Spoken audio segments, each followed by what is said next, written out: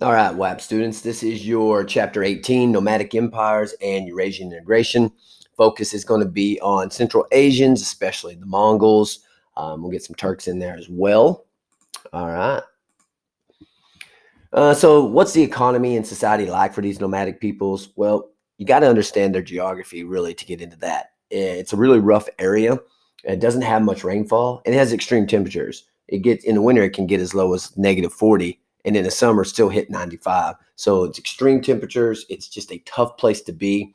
Therefore, the population is never really big because there simply isn't enough food to support it. It also means that they're not really farmers. They're going to be pastoralists for the most part. They're going to herd animals and goats and sheep and things like that. And they're going to use them for food, clothing, and their shelter. Sort of like Native Americans and the buffalo, using all parts of the buffalo. Their shelter was called yurts, basically, very mobile tent-looking things. And they didn't just wander randomly around. Basically, they would let their sheep and goats eat until the grass was gone, and then they would migrate out to a new area that they could feed, and then they would eventually come back. So basically, they traveled in these big circle patterns. They did have some small scale farming and rudimentary artistry, some vases and pots and stuff like that. There's a picture of a yurt. So that was their typical domicile. Their economy had a lot of trade links between their own groups and settled peoples. They get things that they needed from the cities, even though they kind of looked down upon the city people. They did realize that the city people had nice stuff. And they engaged in long distance travel. They had a lot of caravan routes and things like that. They were basically ruled by clans, and they're unusual and kind of interesting in that basically they only had two classes. They had nobles and commoners, but this was fluid. You could be a nobleman one day and then be a commoner the next if you did bad things. And likewise, if you were a commoner who showed great courage or ability, then you could become a nobleman. So unusual fluid status for the nobility. So it's pretty interesting. And also another uniqueness about them as compared to most of the world in this time period is that women wielded considerable influence here. They could be advisors. Even on occasion, they were regents and rulers of areas. So obviously that's something you don't see in many of the civilizations we've talked about up to this point. The center of their religious worship was the shamans. However, they were very religiously tolerant people. They're not set in their ways religiously. They're open to Buddhism, Nestorian Christianity, Islam, especially Manichaeism, all of these things from the 6th century on. They ended up developing a Turkish written language, most likely to record, religious teachings. So that was really the only purpose they needed it for. By the 10th century, the vast majority of them had converted to Islam, mostly due to the Abbasid influence there. They had these large confederations of tribes that were organized under a ruling person called a Khan, and the authority extended through tribal elders. So he's kind of like the central figure, and then the tribal elders will rule in his name, sort of, and they will answer to him. These guys are some of the greatest horsemen, cavalry, in human history. They were incredibly fast on their horses. They had some of the best horses in the world. They could fire their arrows from horseback. They were very tough fighters. They were very fast. These were people that could survive out in tough lands where there was little water. They were often known to make little cuts in the horse's neck and drink their blood to survive. They would wear silk underneath their armor so that when they were hit by arrows, they could pull the arrows out more easily and with less damage. There's all kinds of awesome stuff when it comes to the Mongols and their military. All right, Turkish empires and their neighbors, circa 1210. So, this is right about the time that a man named Genghis Khan is beginning to organize the Mongols in Central Asia. So you have the Abbasids here, and you have the Seljuk Turks who have come in, invited in by the Abbasids to help them put down internal strife, and the Seljuks saw that they were weak and basically left them as figurehead rulers, and they're going to rule this area. Here's our old Sultan of the Delhi, the Muslim Delhi here. So this is a very Muslim world, except for Byzantines right here. So large Muslim presence here. And of course, Africa, mostly Muslim too. All right, speaking of the Seljuk Turks, from the 8th to 10th centuries, the Turkish peoples were living on the border of the Abbasid Empire, a lot of trade going on there. And then, of course, they're going to come into service for Abbasid armies. But eventually they saw the Abbasids as being weak, and so they came to dominate those caliphs. In 1055, the Seljuk leader Tughril Beg becomes recognized as a sultan, and he is going to consolidate his hold on the capital, which is Baghdad in modern day Iraq. And then he's going to extend his rule to other parts of the empire, and he's just going to use the Abbasids as the caliphs as figureheads. Think of it sort of like Japan, where they're using the emperor as a figurehead there. In 1071, the Turks defeat the Byzantine army at Manskert and take the emperor captive. And you know, in the beginning, the Turk leader didn't believe that the dirty, broken, bloody man in front of him was actually the Byzantine emperor of the great Romans. And when he found out that he was very kind to him, actually. He asked him what he would have done if he had captured him. And the Byzantine emperor said, either kill him or parade him publicly through the streets. And the Turkish Sultan said, well, my punishment for you is far heavier. I forgive you and give you your freedom. Now, that freedom came with a very expensive ransom and a marriage alliance. The Byzantine ruler's daughter would be married to the Sultan's son, and that they would lose certain lands. But sort of a neat story if you look into it. The Turks give a large-scale invasion of Anatolia, and Anatolia is important because it is very fertile. There's a lot of farming that goes on there. It was the breadbasket of the Byzantines when they had it. And many of these people convert to Islam. They're tired of the Byzantines anyway. And then eventually you get this group called the Ottoman Turks, who come in 1453 and famously conquer Constantinople. And that'll be the very true and very real end of any vestige of the Roman Empire. The Rome in the east is now gone. The Ghaznavid Turks and the Sultan of Delhi. You had Muhammad of Ghazni from Afghanistan, Central Asia, who invades northern India. And we've talked about this in our India section. He initially comes in, he's just plundering. He's just looking for loot and stuff. But later on, he would end up ruling. And northern India is going to completely be dominated by the 13th century. And we know that that's going to lead us to our 25% Muslim, 75% Hindu breakup of India. Of course, they persecuted Buddhists and Hindus in the beginning. And here's our main guy, Genghis Khan, more popularly known in America and Western areas as Genghis Khan. He's going to create this Mongol Empire, the largest contiguous land empire in human history. Now, he's born with the name Temujin. His father had been a prominent warrior who ended up being poisoned, and their family was forced into poverty. But Genghis is special. He mastered steppe diplomacy, meaning the steppe being the geographical area that they lived in. And he was very good at eliminating his enemies. There's all kinds of cool stories about Genghis Khan and how he rescued his wife, Borte, who had been kidnapped. And he's just a boy when he was married, 15 years old. And supposedly he had killed his brother over a quarrel over claiming who killed an animal in a hunt. I mean, there's all kinds of great stuff with Genghis Khan. Feel free to look him up and become an expert on him. Now, what he's going to do is he's going to bring all of these, separate Mongol tribes into one large confederation. He is going to be Genghis Khan, which means universal ruler. So Temujin becomes Genghis Khan, universal ruler. And in 1206, he has united all of them, and they are a powerhouse. Now, he's got to ensure that this confederation is going to work. So he breaks up tribal organization. He formed military units for men of different tribes. That way, they don't see themselves as separate, that they begin to see themselves as the same thing. He also was a meritocracy. He promoted his officials on how good they were, how loyal they were to him, and he establishes a new capital at Karakoram.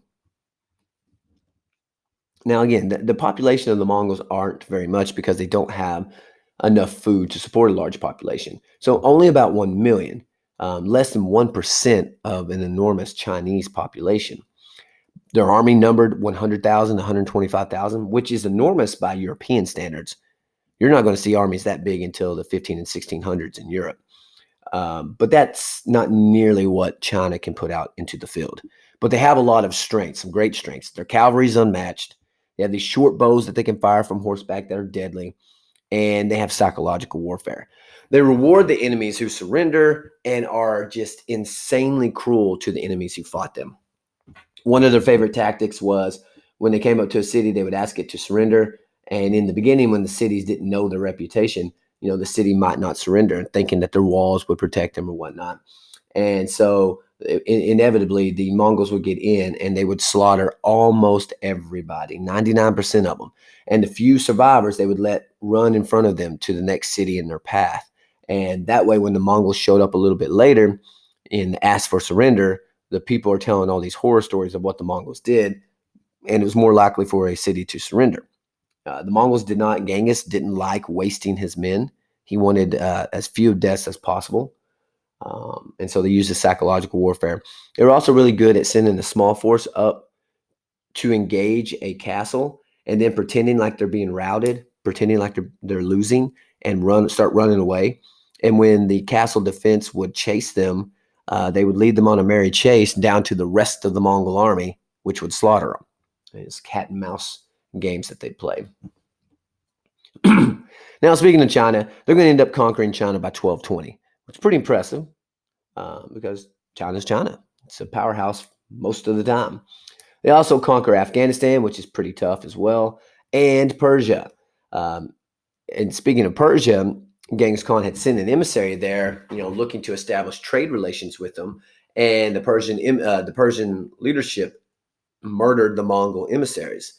Well, you don't do that to Genghis Khan. So he gets his men rolling. They come into Persia and they just destroy everything. Kill the ruler, destroy everything. It's bloody. It's terrible. Repayment for killing his emissaries.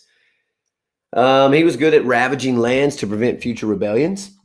And so they had some large-scale, long-term devastation of some areas. There were cities that never recovered, cities that were literally wiped off the map, never to be again. Now, this is the Mongol empires, about 1300. So Genghis is gone. When Genghis dies, all of this used to be his. And it is the largest contiguous empire in history.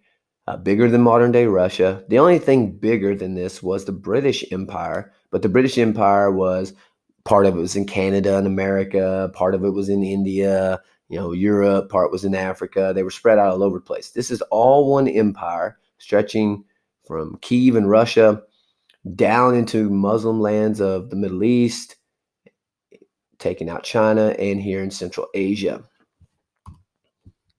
But when Genghis Khan died, his empire was split into 4 parts. Now, his grandson's Kublai Khan, and he's the only other really Mongol name you need to know. He was the grandson of Genghis Khan. He would rule China. That was where he focused on. Ruthless warrior like his grandfather, but like many Mongols, religiously tolerant.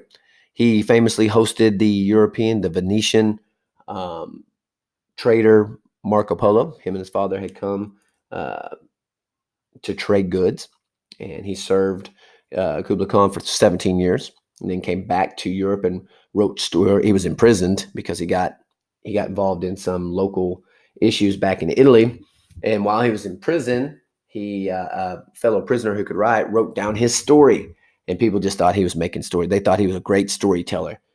They could not believe that China was that much more advanced than Europe or than Italy was, but they were. Now, Kublai establishes the Yuan dynasty. You need to know that. That's the first foreign dynasty to rule China. But the Mongols were unsuccessful trying to take out Vietnam, Cambodia, Burma, Java, these more jungly, tropical areas.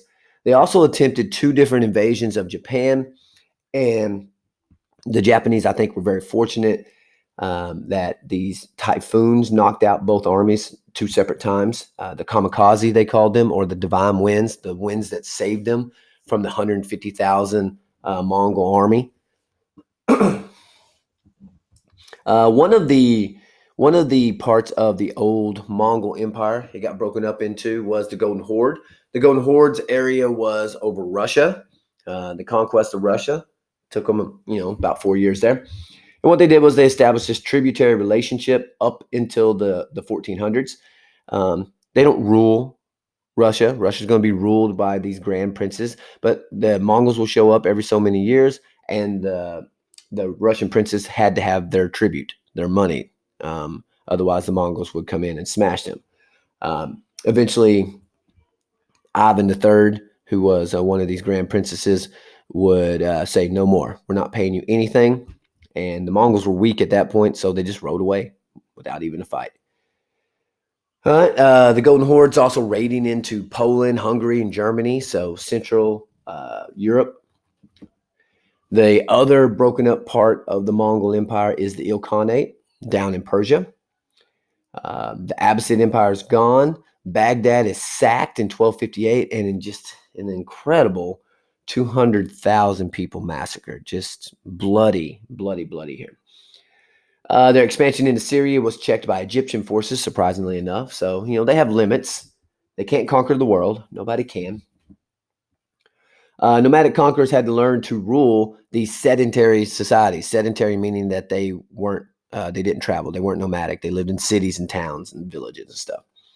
And they weren't experienced at that. So they lose a lot of their control within a century. The Mongol Empire doesn't last that long. It is a burning flame, but it is not something that lasts for a long time. In Persia, the dependence on the existing administration to deliver tax revenues. Persians are known for their fantastic bureaucracy. The Mongols are going to leave them to it. They know they're better than they are. They'll actually take Persians and bring them to China and have the Persians, administer the government in China. And eventually, here in the Persian Ilkhanate, the Mongols would actually assimilate into Islamic lifestyle. So culturally speaking, the Persian Muslim lifestyle was just stronger than the Mongols were. Military speaking, the Mongols were more stronger. All right. They strove to maintain strict separation in China. They not allowing Mongols and Chinese to marry. They don't allow Chinese to study their Mongol language. They're not letting the Chinese run anything, even locally. They don't trust them. So they're importing Arabs and Persians to do that for them. Still, they tolerated religious freedoms because, again, that's just who that group of people are. They're religiously tolerant. Shamanism actually remains popular amongst the Mongols, but you get Buddhist gains in the Mongols as well when they conquer China. Their element of Buddhism would be different. It's got a little magic in there, similar. Basically, it's got their own flavor to it. The Buddhists had an ingratiating attitude to the Mongols. They saw the Khans as the incarnations of Buddha. That was smart on their part to keep the Mongols from being against them. The Mongols are great because they helped LDT, long distance trade. You're going to be able to trade across the breadth of the Mongol Empire safely. The Mongols will serve as bodyguards for traders. There's no brigands, there's no bandits, no highwaymen, because the Mongols killed them. It is not safe to be one. So trade flourishes under the Mongols. That's probably their best legacy, their most positive legacy. Diplomatic missions were protected by Mongols. You had a lot more missionary activity because they're religiously tolerant and they're protecting them. And you would have the Mongols resettle people. They would mix and match people around. They would take groups of people from one area and move them to another area. Now, eventually, the Ilkhanate is going to fall due to overspending and poor tax returns from peasants who just simply can't give any more. The Ilkhan, who's the leader, attempted to replace precious metal currency with paper in the 1290s, and that was a disaster. and they had to take the paper money back, and it crushed the economy. You had factions who were fighting there in the area. And so the last Ilkhan would end up dying without an heir in 1335, and Mongol rule collapses. So you're looking at basically 130 years after Genghis Khan united the clans. So not a real long empire. Likewise, in China, the Yuan dynasty is going to decline. The Mongols spin bullion that supported paper currency, basically metal money. And the public ended up losing confidence in paper money. So inflation occurs, prices rise. And then in the 1320s, you have major power struggles. And then here comes the plague, the Black Death. It hits in 1330s and 1340s, and that weakens Mongol hold on China. Everything's thrown into disarray, just millions of people losing their lives. And in 1368, the Mongols would finally flee a peasant rebellion. Numbers, numbers, numbers. Lots of peasants in China, huge numbers. So they're done there. Now, the Khanate of Chagatai in Central Asia is going to continue to threaten China, but they're not going to be able to take them out, but they're a problem. And you have the Golden Horde still around in the Russian areas up until the mid-1500s. They continue to threaten Russia until that time period when Ivan III says no more. Now, Tamerlane the Conqueror is one more name you need to know. He was Turkish. He was interesting because in such a tough society, he was lame. He had a club foot, and so they called him Timur the Lame, or Tamerlane. He united the Turkish nomads in the Khanate of Chagatai, and he had these major military campaigns. He builds a capital in Samarkand. He's kind of like a miniature Genghis Khan. He has a large empire, as you can see here. Not as large as the Mongols, obviously, but there's his capital in Samarkand. But he does rule over a large area here, Tamerlane's empire. Now, his sons, as would happen, aren't as good as their father. And so they didn't do a very good job governing this empire. And there were power struggles, and they ended up dividing his empire into 4 different parts. However, the biggest thing that Tamerlane's empire does is it influences these 3 empires here that we'll talk about later. These are what we call the gunpowder empires. The Mughals, they're Muslim. The Safavids, Muslim. And the Ottomans, Muslim. All Muslims and all using guns to create their empire. You get the Ottomans under a charismatic leader named Osman, who would dominate the Anatolia area, a very important area. He ended up declaring his independence from the Seljuk Sultan in 1299. He attacks the Byzantine Empire, and his followers are known as the Ottomans. In the 1350s, these Ottomans are conquering areas into the Balkans, and there's actually local support for them because peasants were unhappy with the Byzantine rule. The Byzantine rule was weak. It had weak leaders and fragmented leaders. Tamerlane would defeat Ottoman forces in 1402, but the Ottomans were recovering by the 1440s, and they're going to make another push in on the Byzantines. And in 1453 would end up capturing the capital of Constantinople. Sultan Mehmed II, or Mehmed the Conqueror, he would take out the great city of Constantinople and rename it Istanbul, which would become the capital of the Ottoman Empire. Today, Istanbul is the capital of Turkey, which is what it's called today. All right, that's it. Thank you again. The Mongols are fantastic. Feel free to go do some background research. They're worth the time.